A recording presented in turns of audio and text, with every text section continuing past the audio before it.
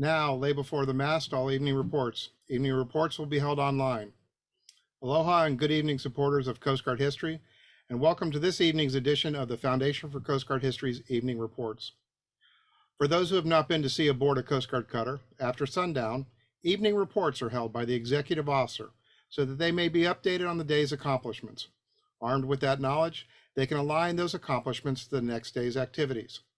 In much the same way, we hope that by looking at the Coast Guard's past, it can be used as a guide to the future. Or as Captain Fred Herzberg, our founder, says, reflect on the past to illuminate the future. Foundation for Coast Guard History is a nonprofit organization whose purpose is to promote the recognition and prestige of the United States Coast Guard by highlighting its past contributions to the nation and advancing public knowledge of the Coast Guard and her predecessor services. We are recording this event this evening. If you have any concerns regarding that, please drop off now. You will be able to view recording at your leisure once it is posted. It will be posted online at our website, www.fcgh.org. I will have everyone on mute for the duration of the presentation. If you have a question, please use the chat box and I will pass the questions along to our guest presenter. Now on to our guest presenter, Captain Robert Bob Desch, United States Coast Guard, retired. Bob is the former executive director of the Door County Maritime Museum. Prior to joining the museum, he served for over 36 years with the United States Coast Guard, seeing duty on 5 Coast Guard cutters and in a wide variety of shore billets, including command of the storied International Ice Patrol. He also serves as the Coast Guard's representative to the Canada-U.S. Joint Ice Working Group and the International Ice Charting Working Group. His military career began with enlistment in Omaha, Nebraska in October of 1971. Rising through the ranks of enlisted grades as a damage controlman, he advanced to Chief Petty Officer in 1979 and was commissioned a Chief Warrant Officer in 1981. He was promoted to Lieutenant Junior grade after completing Officer Candidate School in 1984. He retired from active duty in November of 2007. A longtime history buff, Bob is the former executive director of the Foundation for Coast Guard and presently serves on the organization's Board of Regents. He continues to present on a wide variety of Coast Guard topics as a member of the Foundation's Speaker Bureau. Bob also served on the Museum Exhibit Advisory Panel for the National Coast Guard Museum, scheduled for construction in New London, Connecticut. He recently published The Saga of a Coast Guard or Corsair Fleet Skipper, the annotated oral history of Chief Boatswain's Mate George B. Keyes' service as officer in charge of the CG 2543, the former sailing yacht Mohawk during the war. And that's what we're going to talk about today. So with that, I am going to turn it over to you, Bob. Operation Drumbeat and the birth of the Coast Guard Coastal Picket Force. In the early evening hours of Sunday, January 11th, 1942, the German submarine U-123 attacked and sank the British steamship Cyclops, 125 nautical miles southeast of Cape Sable, Nova Scotia. The U-boat's attack on the Cyclops was much more than another sinking achieved by a Nazi submarine. It marked the opening of a deadly new phase in the Battle of the North Atlantic. A 6-month mass U-boat assault on merchant shipping along the East Coast, in the Caribbean, and the Gulf of Mexico. It would be known as Operation Drumbeat. Today, we mark the 80th anniversary of what is sometimes called America's second Pearl Harbor. In January of 1942, the Coast Guard was already very much on a wartime footing. It was once again operating as a service within the United States Navy. For months, it had been engaged in operations to protect Greenland. It had rapidly improved the armament and combat capabilities of scores of veteran Coast Guard vessels that had successfully fought the Rum War at sea. They were on patrol, doing their best to protect merchant shipping and rescuing survivors from vessels succumbing to U-boat attack. It had taken the delivery of the first of 230 83-foot patrol boats specifically designed for anti-submarine warfare and coastal rescue operations. It was learning how to best use the boats, personnel, and capabilities of its new civilian auxiliary, created in 1939, and much, much more.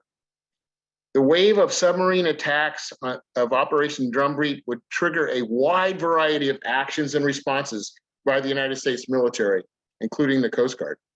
Tonight, we take a look at one of the more unique, the formation of the U.S. Coast Guard Reserve Coastal Picket Force. This diverse collection of sailing yachts and powerboats, along with their volunteer crews, would be inducted into the Coast Guard Reserve and head to sea to hunt the deadly submarine force. In the fall of 1941, Franklin Roosevelt ordered a major escalation of support of Great Britain. FDR secretly ordered Atlantic Fleet destroyers to join the Atlantic convoy escort operations while dispatching Marines to Iceland to replace British troops that had occupied the island since 1940. Vice Admiral Karl Dönitz, Commander-in-Chief of the U-boat force, denounced the moves as a chain of breaches of international law. He also complained about Coast Guard activity in Greenland and pressed for authority to confront the Atlantic Fleet. Still hoping to keep the United States out of the war, Hitler refused. However, 2 days before declaring war on the United States, on 11 December, Hitler finally gave the U-boat force the green light to hunt American warships and merchant vessels along the U.S. East Coast. Vice Admiral Dönitz gave the operation a simple but eloquent name, Operation Drumbeat. By 1 January 1942, the U-boat force had become a battle-hardened naval command under Admiral Dönitz's stern leadership. Since the outbreak of the war, the force had grown from 57 to 248 U-boats. To date, the submarines had sunk 1,124 Allied ships, totaling 5.27 million gross registered tons. In June 1940, the Germans gained access to 5 seaports on the French Britannic coast. This gave the U-boats direct access to the North Atlantic. The force grew to a point that by late 1941, at least 36 U-boats were on patrol at sea on any given day. During a 4-month period nicknamed the Happy Time, the U-boats sank 282 ships, totaling 1.48 million gross tons. The first few months of Operation Drumbeat would be the second Happy Time.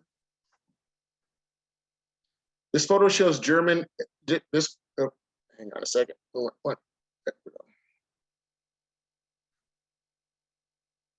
To confuse the Allies and cloak movement of Drumbeat U-boats, Dönitz staged a false radio gambit. When U-623 left on her first war patrol on 16 December 1941, her mission was not to hunt Allied shipping. Instead, she operated in the mid-Atlantic for several weeks as a radio decoy. Once on station, the radioman transmitted dozens of encrypted messages to give the appearance of a wolf pack, hopefully masking the westward moves of U-boats heading for America. The device on the left in this picture with the large buttons that look like a keyboard is an Enigma machine. At the time, one of the ultimate weapons in encrypted communication. The British had broken the German naval Enigma, though, through a comprehensive, sustained effort. They had also established a series of high-frequency direction finding stations, HFDF, or HFDF for short, around the Atlantic that would grab a line of bearing to each U-boat radio transmission. The cross bearings would provide a triangulation of the boat's location with accuracy within 25 miles. Both the decrypted Enigma material and the HFDF reports were transmitted over secure lines to a top secret facility in London known as the Operation Intelligence Center, or OIC. One of the key functions was managing the submarine tracking room. From there, the OIC staff dispatched reports on U-boats operating to various Royal Navy units and, since April of 1941, to U.S. Navy headquarters in Washington. The classified alert message from U.S. Navy headquarters at the bottom of the photo flashed out to all Atlantic Fleet commands shortly before 1300 hours on Tuesday, 13 January 1942. This photo shows a Type 9 U-boat 123 and Type 7 U-201 returning to Lorient, France on 8 June 1941 after completion of Operation Drumbeat patrols. They returned to the safety of Lorient because they had expended all torpedoes and nearly all ammo for their deck guns. They would reload and refuel and make ready for the next sortie of the American hunting season. Daylight was fading into the night as German U-boat wallowed through moderate swells. Her crew of 52 veteran submariners at full combat alert. 20 days out of their home port of Lorient in German-occupied France, the crew of U-123 were ready for attack. U-123's weapons included a 105mm deck gun and 3 smaller machine guns, but the main weapon was a loadout of 22 torpedoes. For the U-boat's first target, U-123 opted for a surface torpedo attack.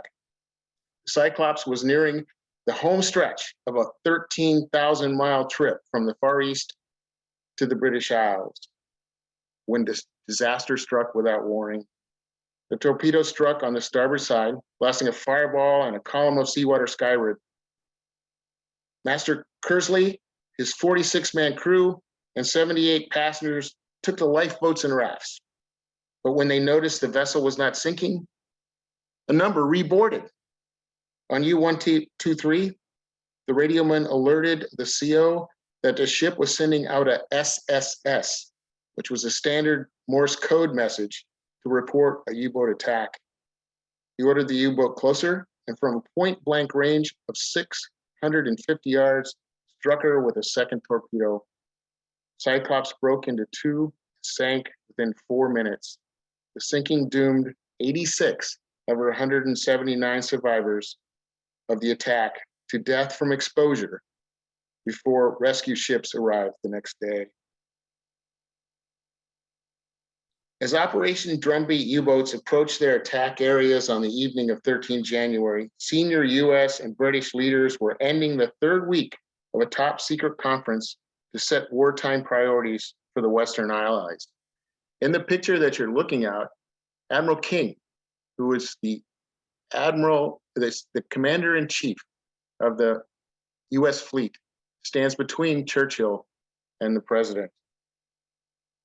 The Arcadia Conference had begun on 23 December when Prime Minister Winston Churchill and his senior military and political aides arrived in Washington after a transatlantic crossing on board the battleship HMS Duke of York.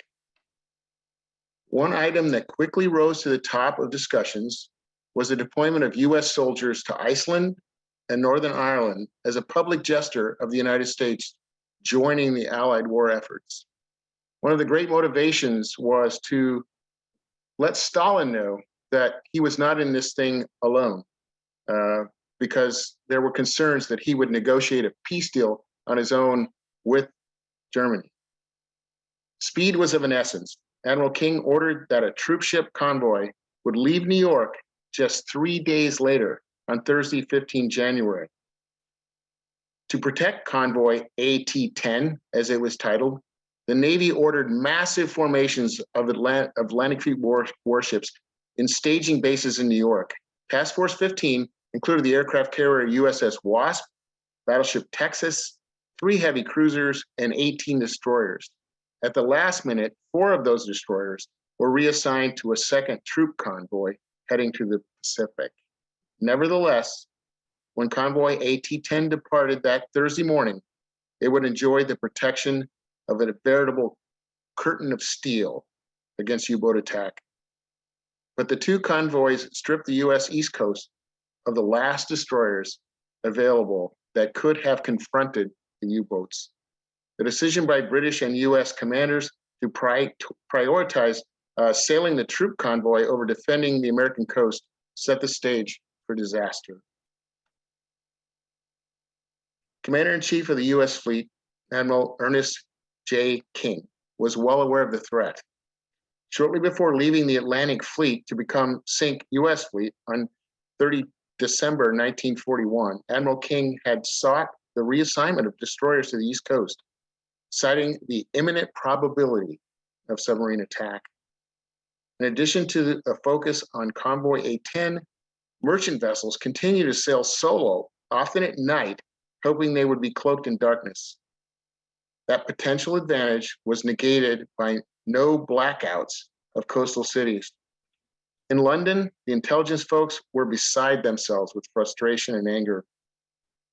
I quote, "With the information about the U-boat movements available in OIC, the gist of which was passed on to Washington, it seems inconceivable now that the Americans could have been so completely and totally unprepared.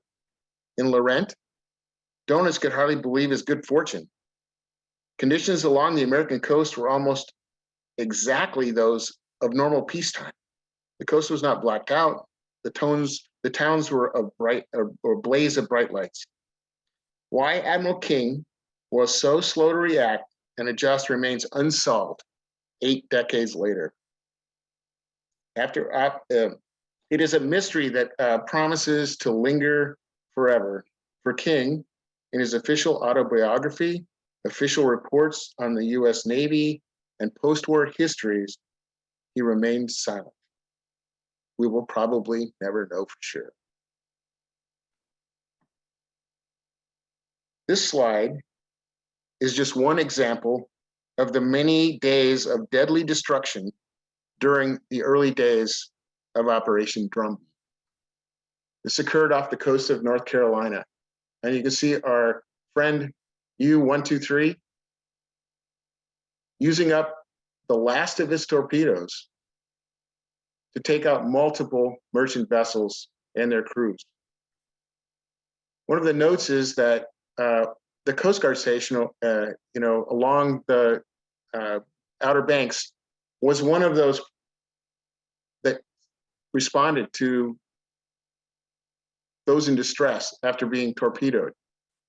And that would be something that the Coast Guard would do almost from day one. These charts illustrate just how dramatic and deadly the shift in focus of the German submarine warfare efforts were in 1942. As you can see in the upper left, in 1940 into early 1941, everything was concentrated along the British Isles, trying to prevent resupply of Great Britain. It would gradually spread out along the coast of Africa, expand more greatly into the North Atlantic, but eventually be wholly concentrated along the east coast of North America, the Gulf of Mexico, and northern South America. The loss of scores of vessels and the valuable cargoes they carried was obviously a huge blow to the war effort. However, for my money, the greatest loss was the skilled merchant mariners, no matter the flag of the country of the vessel, who perished with their ships. The Merchant Marine Act of 1936 set the stage to further the development and maintenance of an adequate and well-balanced American merchant marine to promote the commerce of the United States. The Coast Guard took responsibility for training in 1938, creating multiple training centers, dramatically raising the training and professionalism of the merchant marine. These mariners were humans, as well as extraordinarily valuable, irreplaceable assets to the war effort. Ironically, one of the factors in the slowness to institute convoys was a concern that the merchant seamen lacked the skills required for steaming and convoy formation. The losses did not go unnoticed and would trigger one of the several encouragements for the coastal picket force concept. In a letter from the British representative of the Ministry of War Transport to Sir Arthur Slater in the Office of British Merchant Marine Shipping, it states, "There is a rather alarming sense of disquiet among many merchant seamen in vessels arriving at Canadian ports. I think the morale would be enormously improved if the USA would organize and publicize a voluntary fleet of small craft, which would undertake patrols. Of course, I do not know what sort of arrangements have been made, but there must be any number of Americans who, if the government would supply them with some sort of craft, would be only too willing to take a crack at it. After all, we have the example of Dunkirk, where every available craft that would float was pressed into service. While my suggestion would not be quite so spectacular, I do feel that a voluntary patrol would give tremendous heart to a lot of seamen.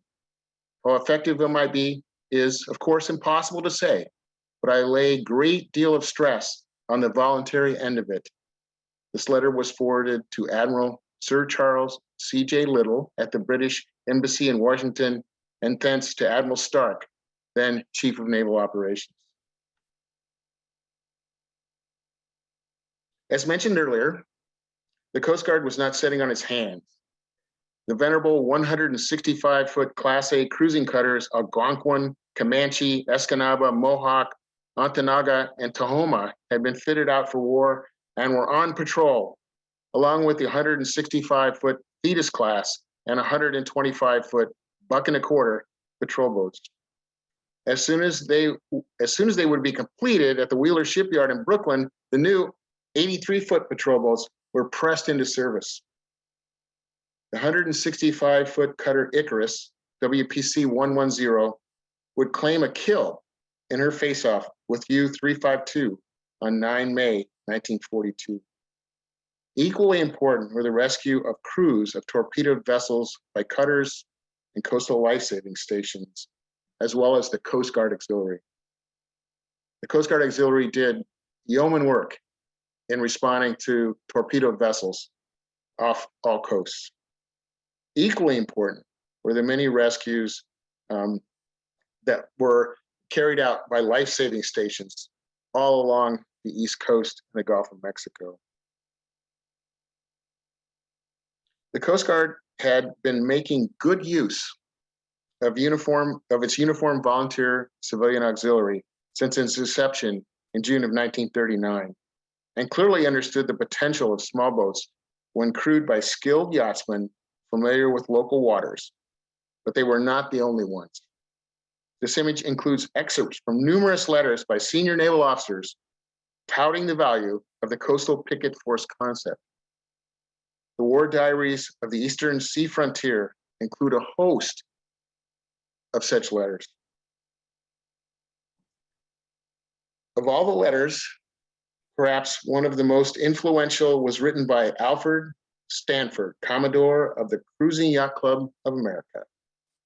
On February 23rd, 1942, Commodore Stanford proposed to the Commander Eastern Sea Frontier to use the use of ocean-going sailing vessels for anti-submarine patrol work. Commander Eastern Sea Frontier immediately encouraged Commander Stanford to draw up a detailed outline proposal. This outline was presented to the governing board of the Cruising Club on March 5th, and the annual meeting at the annual meeting of the Cruising Club again on March 24th. The 8 primary tactical advantages of using sailing vessels for anti-submarine patrol were listed at that time as follows. 1, a vessel under sail gives no warning of her presence or approach to a submarine. This advantage is shared by no other type of craft, either water or air.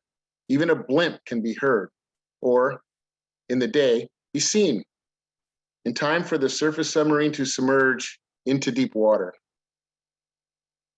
The minor water noises of a sailing vessel would allow her to come very close to a submarine before detection on listening apparatus.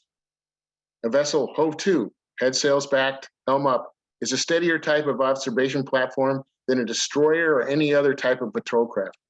This is due to the keel in the water and the counterbalancing keel actions of sail in the air. An observation post aloft at the hounds 40 to 60 feet above the deck gives approximately the same or better height of eye as the bridge of a large patrol vessel. There is less leeway or drift with a sailing vessel properly hove to due to the counterbalancing actions of the rudder forcing the ship up into the wind. and the backed head sail or reefed foresail tending to drive the bow off. Under gale conditions, this leeway will not amount to more than 1.5 or 2 knots. Thus, a small vessel can comfortably, safely, and effectively hold her station at sea, as has been demonstrated many times in our members' experience.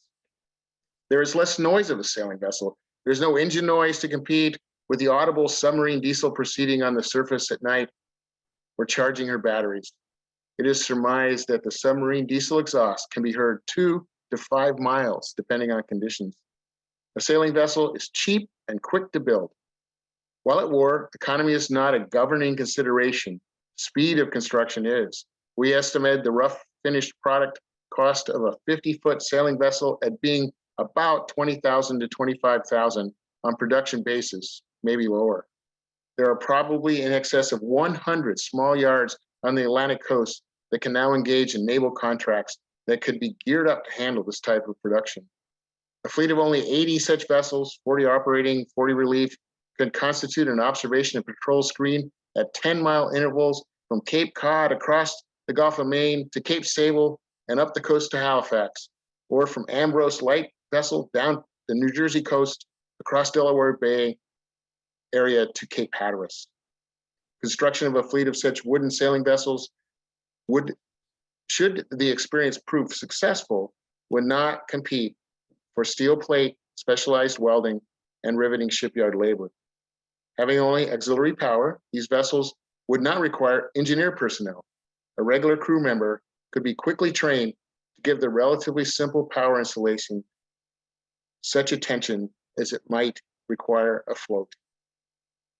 Cruising range due to the tankage being available for water rather than fuel and space for provisions rather than machinery would extend far beyond normal for patrol craft of considerable greater size. Such vessels, as are being proposed, could keep the sea for 2 weeks, tours, or easily 30 days in emergencies. By the end of March, Commander Eastern Sea Frontier informed the cruising club that he hoped that arrangements complete for volunteer ships to go assign patrol areas for the first time in June. To supervise all these plans for making proper use of sailing vessels and auxiliary yachts and fishing boats, he appointed Commander Vincent Astor, U.S. Naval Reserve, the yachtsman in his own right. Thus, the stage was set for important use of small craft in various phases of anti-submarine warfare throughout the waters of the Eastern Sea frontier. While all sail and power vessels of the coastal picket force would play an important role, none captures the imagination more than the rugged sailing yachts. They are certainly my favorite.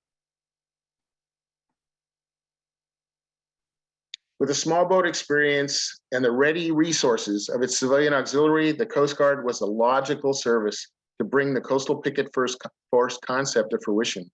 The task would fall to the district Coast Guard officer in each naval district, acting under the Sea Frontier commanders. The Commandant's letter of 25 June set the general policies for procurement of vessels, which included voluntary induction into the reserve, gift or purchase for nominal consideration, requisition by charter, and requisition by purchase.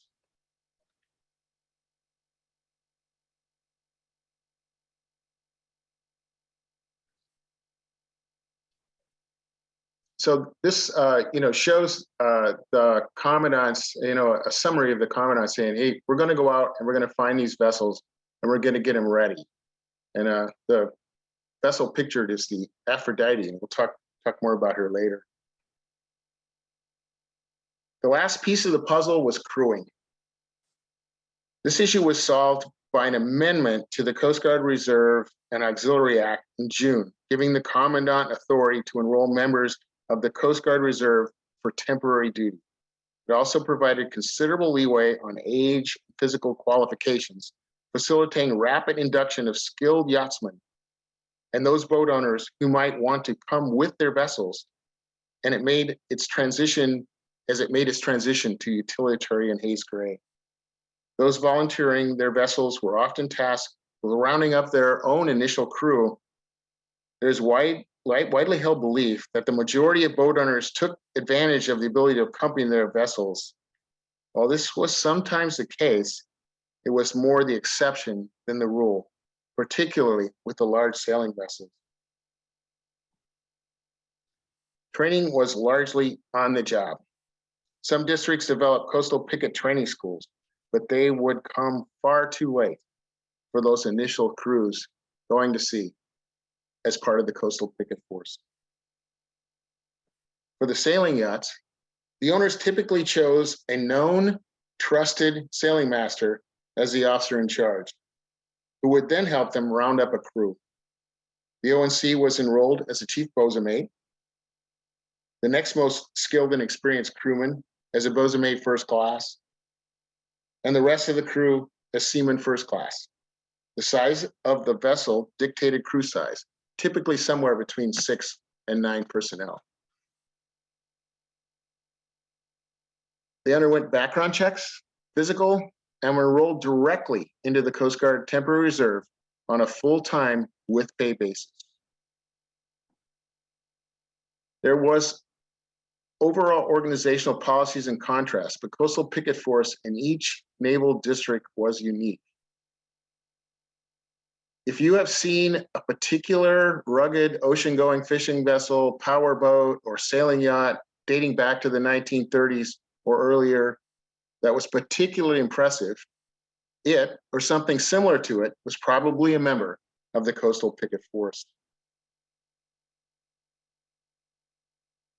Again, each naval district, and that's the Coast Guard was under the Navy and followed the naval district pattern for organization and answered to the commandant of each naval district, although the Coast Guard headquarters held sway over the personnel issues and training for the most part, even though they were under the Navy.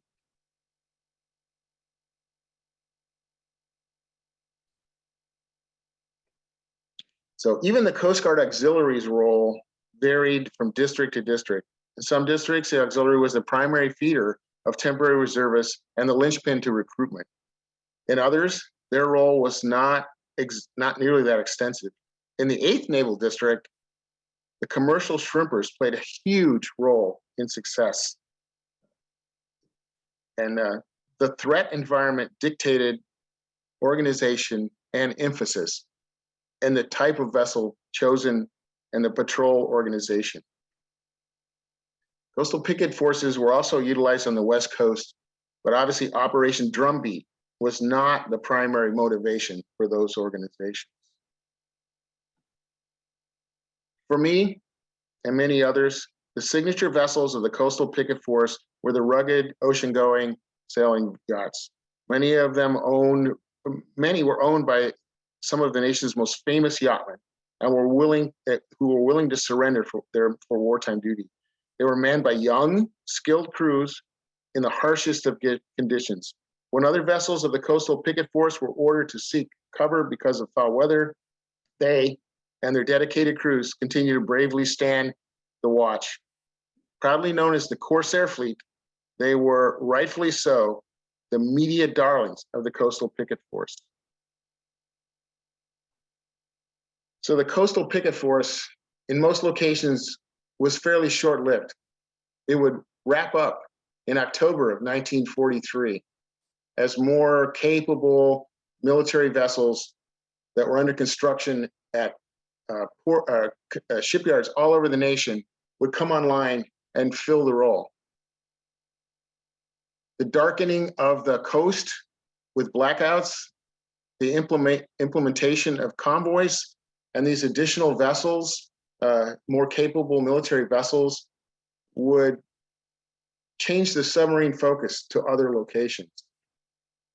There was a steady decrease in the vessels starting, in 1943, and by 1945 there was a less than 100 in service. The vessels were disenrolled, and the personnel shifted to other wartime duties, many to combat assignments. So those days as temporary reservists for the coastal picket force crews would also be short-lived. a change was made so that by December of 1942, they all had to either transfer into the regular reserve if they were physically able, or go to temporary duty somewhere else, temporary reserve duty somewhere else, part-time without pay. Particularly for the Corsair fleet, most of those folks were eligible for regular Coast Guard reserve duty and would be transferred to the regular reserve. Those who couldn't meet it for physical requirements or age or whatever would be replaced by younger regular reserve personnel. And those the ones who were would be disenrolled because they would be a downturn. But many of them would go on and fill other roles for the temporary reserve. One of the kind of unsung things was the fact that these guys going to sea, and I mean, they went to sea with almost no training and kind of learned on the fly, but would become incredibly skilled Coast Guardsmen, incredibly skilled sailors, and bunches of them would serve proudly in other assignments for the rest of the war. One of the things that's impressed me is the Corsair fleet would be the last time a significant number of US naval forces would go to war under sail. Truly the end of an era.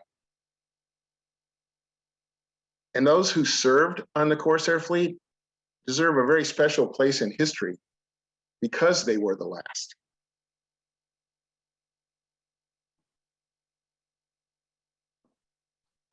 So perhaps the greatest sea story in the history of the Corsair fleet is CG 370, the former sailing vessel Haida, being lost in a storm in 1942. They just didn't know where she was. She caught a violent nor'easter off of Long Island. They and their sturdy little vessel would endure a dramatic adventure, finally ending with the damaged vessel and crew being rescued by Coast Guard cutter General Green, one of those 125-foot patrol boats, off the Grand Banks of North Carolina. For nearly 3 weeks, one of the primary focuses of the Eastern Sea Frontier Operations Center was to find CG 370. What you're looking at is the Operations Center for Eastern Sea Frontier. And we're looking at the main plot board. And you can see it's kind of interesting because it makes a turn at the bottom of the floor and goes into the Caribbean because there's not enough space for the whole map, and manually moving around ships and airplanes. That second level would be multiple desks, and there was a special desk assigned for the folks that monitored the coastal picket force. So when CG 370 disappeared, the Navy threw an incredible amount of assets at finding 3070, and they just didn't want to lose one of these things. And aircraft, ships, and she would have multiple brushes with rescue. End up in the middle of a convoy headed north, where the escort vessels found her but couldn't leave the convoy. Spotted by multiple aircraft but couldn't get a vessel on scene. And finally, she would be rescued, off the North Carolina coast. The book, The Navy Hunts for CGR 370, chronicles this search. Was written by Lieutenant Lawrence Thompson and published in 1944. It was only published once. The war was still going on. And this happens to be photos of my particular copy of the book. I love the back of the dust jacket where they're promoting the sale of war bonds. But the crew faced extraordinary challenges. And this book, the lieutenant did an amazing job. I've never been able to find out exactly what his job was before the war, but he was a great writer. And he wrote it in first person. He put himself fictitiously, I guess, through crew interviewers and all this kind of stuff, as if he was on the boat a lot of the time. But he would flash back to the operations center and chronicle what was going on there. And the commander, Eastern Sea Frontier, took personal interest. They did not want to lose this thing. And because of the just the popularity and publicity of the Corsair fleet. So it's a great read. You can find it on out of print book places or book sites if you hunt. Easier read or easier to find read and equally interesting was, is mentioned in my bio. I recently worked with the son, worked with John Keyes, the son of George Keyes, who had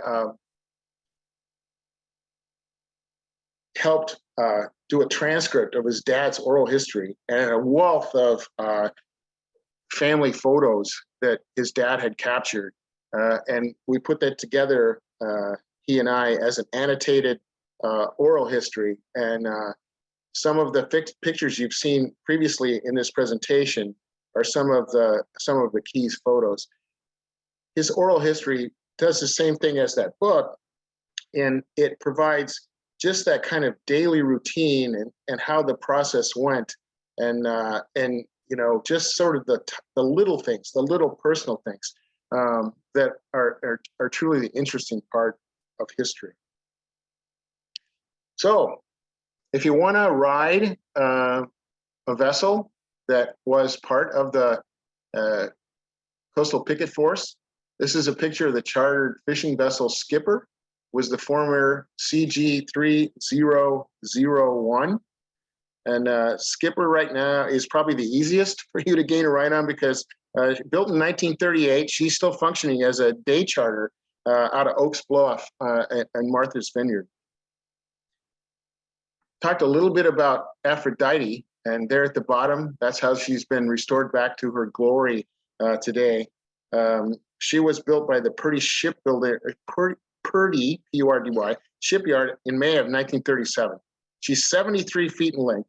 She was designated CGR 557, served in the 3rd Naval District as a chase and security boat out of Bayonne, and was tapped from time to time during the war to transport President Roosevelt to and from his home in Hyde Park on the Hudson River. She was originally built for the Wall Street financier and the late ambassador, James Hayes Whitney of Manhasset, Long Island. This is the aforementioned Zeta, the sailing vessel that's chronicled in the book, Hunt for 3070. And this is her on the right in her wartime configuration. And then to the left, a couple of pictures of her today. And I think it's really cool. They put Zeta on the bow, but they also kept her war designation as CGR 370 as part of her identification.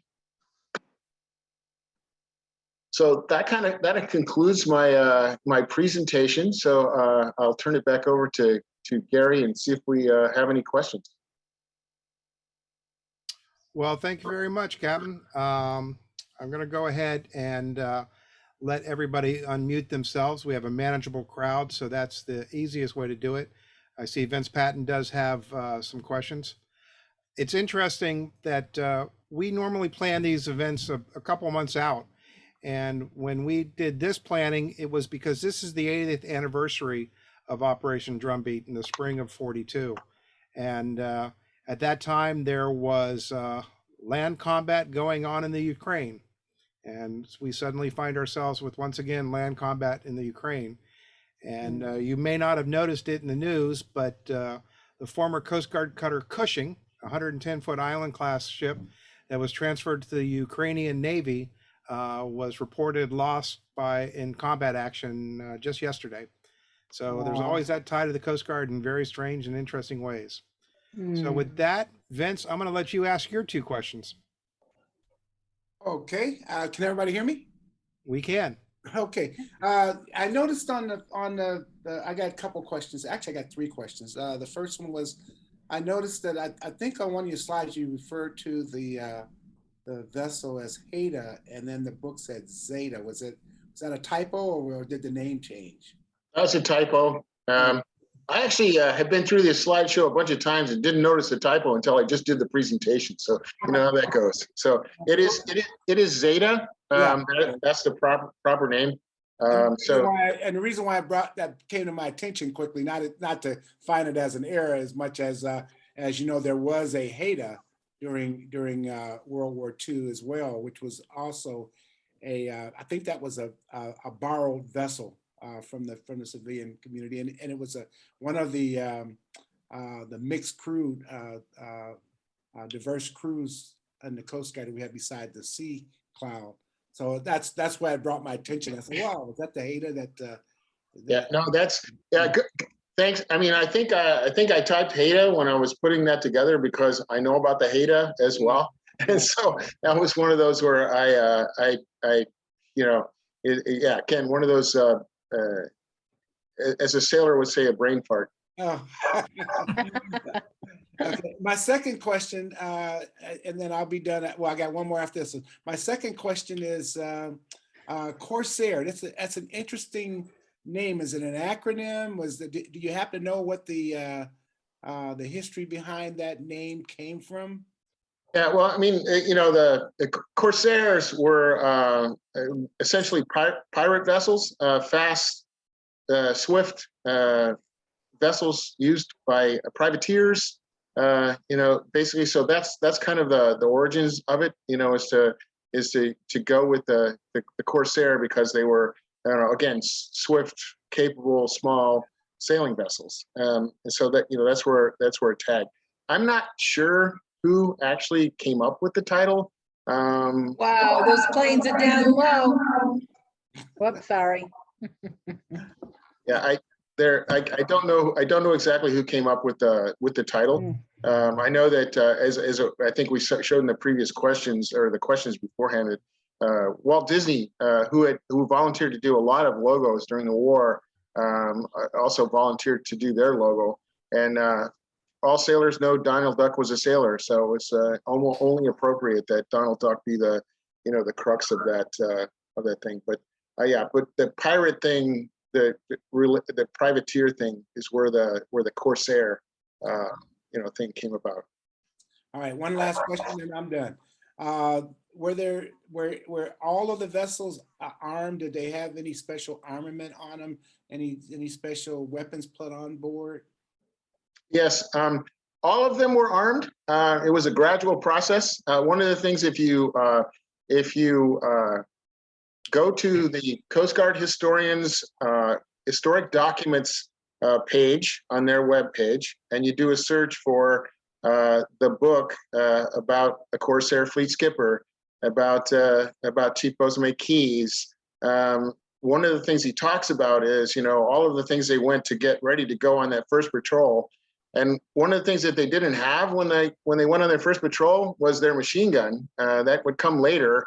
You saw pictures of him loading ammo belts and somebody on the boat training with the 30 caliber machine gun. Their first patrol, they went out with just rifles, the old you know, Springfield rifles, and then eventually would get the machine gun. By the end of the period when the Coastal Picket Force, all of them had automatic weapons. Most of them were equipped with a limited number of depth charges and a listening device, you know, some kind of a rudimentary sonar device. The sailing vessels, because of their configuration, not all of them carried depth charges. And there's a couple things. One, you know, just the way a sailing boat vessel is configured, just trying to find a place to house these things safely. The second one is when you drop a depth charge, you better be able to make way to get away from it before it blows up underneath you. And so, you know, there was always that concern with sailing vessels and what kind of conditions they were in as far as the wind goes, you know, to make sure that they got far enough wind and not to blow themselves out of the water. The power vessels, you know, were more able to be equipped with, you know, usually 4 small depth charges. And then, you know, the armament would depend on the kind of the vessel and its mission, but typically they would end up with 1 machine gun. I talked about the shrimpers. I mean, one of the processes of this was they would induct fishing vessels in, and they would patrol because they're out there and where submarines are, but sort of a non-interfere with your commercial fishing operation. So they'd be, enrolled in into the temporary reserve, and given a radio and a machine gun and perhaps a listening device, and they just go fishing, but they're looking for submarines. But especially in the Gulf Coast, the shrimpers were incredible at responding to torpedoed vessels. They rescued a lot of folks. They were kind of the linchpin of success of the coastal picket force down in the Gulf Coast. Thank you. I just like to. May I? I'm sorry. Go ahead. No, go ahead. This is John Keyes, and I just wanted to say thank you for including my father's history. Really appreciate that, and I appreciate the what we got going on here tonight. Yeah, as I have read a lot of books. I mean, I've read the pieces on the coastal picket forces that are written in this history book or that history book on Coast Guard history, and of course I had read the Navy hunts for CG 3070. But I want to thank you because being able to see all of the personal artifacts that your dad had saved, which was just amazing, and all of the photos. Half of what I know about particularly the Corsair fleet, I learned from working with you on that project to put his oral history together. And I'm thrilled that it's out there for everybody to read. And as I said, I picked the two books. If I'm going to tell people to look, that's where you get the personal stories. Right down to where nobody wanted to cook on board the boat and that kind of thing. And it's like there's just great stories and how he recruited his friends, essentially, and mates that he'd sailed with to be the crew, and the fact that they truly trained on the go. But his story really gives you insights to what it was like to be one of these guys in the early days of the Corsair fleet. That you don't get out of a more formal researched history. So thank you. You're welcome. Yeah, John, I want to thank you on behalf of the Foundation for Coast Guard History. As Bob just mentioned, one of the problems as you start doing research, it's oftentimes we have the stories by the admirals as the big strategic and operational theory and things like that. But what's appealing to historians is, and to the people who want to watch those movies and read those books, is what was it like to be that person at the deck plate? And your father's stuff was just amazing at showing from the mundane to the practical, to the exciting, to the boring. Hey, Mr. Keyes, Yes. This is Mark Snell. Can you hear me? I can hear you. Hi, I'm the chief historian of the auxiliary, and we have a virtual museum online now. And we're trying to get really historic artifacts to get photographed from all angles, 360 degrees if we can. And also, we'd like the story behind those artifacts. In fact, I see our curator, Steve Marthouse, is online. Can we contact you to somehow get photographs of your dad's memorabilia? Oh yeah, sure, that's fine. I have his contact information. So just Mark, you and I can change information. I can get you John's email address, and you guys can open up the communication and figure out what you want. If you look at the photos he sent me, John had sent me photos, and I cleaned some of them up, and and all of the photos are included in that paper that I wrote. I can also send you copies as well. But there's just, besides the photos, there's other bits and pieces that are pretty fascinating. Great, thank you so much. Yeah, you're quite welcome. And I also, just so you know, I actually have the Coast Guard ensign and commissioning pennant from the Mohawk hanging up in my second bedroom under glass. Awesome. Well, that's exactly the kind of stuff we're looking for. So I'm really glad I tuned in tonight. You're quite welcome. If you're, one day I'll probably end up giving that to the Coast Guard Museum or something. Yeah, it's a nice piece. Yeah, you'd be interested in Mark. I mean, you can tell this baby is salty. She sailed with the vessel. I want to mention John Keyes is also a Coast Guard veteran, so I got to throw that out there too. So, Yep, thank you. And 20 years auxiliary too. I did that. Outstanding.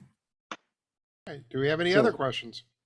Yeah, if I might jump in, this is Michael Marzolo. I'm on the left coast here in California, in Santa Barbara. And I actually had a friend whose father, and I was friends with his father, Harry Davis, who was a Corsair. And I think for a while he was on the Sea Cloud, but I think he was also some other sailing vessels out of New England, probably out of Boston or someplace in that area. And his son is in Maine right now, and he may have some artifacts, and he probably has some stories. But I was going to go back. My father served in the Coast Guard during World War II and continued on in the reserves, and he got me in the reserves during the Vietnam War. But he also survived Operation Drumbeat. Before he went into the Coast Guard, he was in the engine department on oil tankers out of Bayonne, New Jersey, with Standard Oil in New Jersey. And on one of his trips, early in the war had just broken out. He was coming from Bermuda, I believe, probably originally started in Trinidad, somewhere out there loading oil. And he was on the Frederick R. Kellogg, I believe. And somewhere, I believe this is off of Cape Hatteras, they were shadowed by a U-boat. And he remembered he was sleeping aft in the crew quarters, and he could hear the engine maneuvering. And he got up to see what was going on. He said he looked out the stern. It was heavy seas, and he could see this U-boat conning tower rocking back and forth. And at the time, all they had on board was the captain's pistol. And for some reason, the U-boat didn't take a shot. And interesting, and I believe it was on the Frederick R. Kellogg, which, by the way, was one of the last ships sunk off of New York in World War I, and refloated. And my father told me stories about it having torpedo scars in the engine room. And I'd love to track down some information. If any of you have any ideas, I would get a hold of a ship's log or any kind of reports to that effect, because it's pretty interesting. He went on to teach at the Merchant Marine Academy, became a Coast Guard officer, and ended up in the Pacific and spent most of the time in the Pacific. But that particular story stuck with me, and I'd love to flesh it out. He didn't mention anything about the Corsairs. I guess those guys, it might have been too early in the war for them to have been on station at that time. But if any of you have any ideas about where to look, I'd sure appreciate it. And I'd be glad to if you're interested, in touch with Harry's son. He may have some information, may even have some artifacts. So I just I posted my email address to the chat box. I would love to talk to you about that, because the Sea Cloud has some significance to us. And if he was there, that would be great. They've just recently published a book about the history of the Sea Cloud under Coast Guard sail. Great. I'll see what I can do in that respect. And by the way, I should mention that the Frederick R. Kellogg actually may have sunk a submarine later in the war, but in 42, she was headed. I read an article in a report from the ship's log, and the captain saying that the naval gun crew was on board by that time, because at that time she'd been refitted, and she was being shadowed by a submarine. I guess the gun on the aft gun crew was naval gun crew, and they actually were able to get some shots off, and they believe they sank it, which is kind of ironic, I thought. But that's not really a Coast Guard story, is it? So thank you. The Merchant Marine Academy, they maintain a pretty decent library. That's kind of their focus, is to kind of chronicle some of the histories of the merchant marine vessels. So there's a good place to start when you're ever looking for histories there. The other one is that we were talking about Chief Keyes and Mohawk. I pulled the picture back up. The picture that's on the left, that's up on the slide now, is Mohawk. CG 2543. And you can see the configuration of that vessel, how that would be a difficult thing to put depth charges on. So a lot of the sailing vessels just weren't configured very well for it, but they did carry machine guns and later on a listening device. So anyway, I thought I'd pull that up.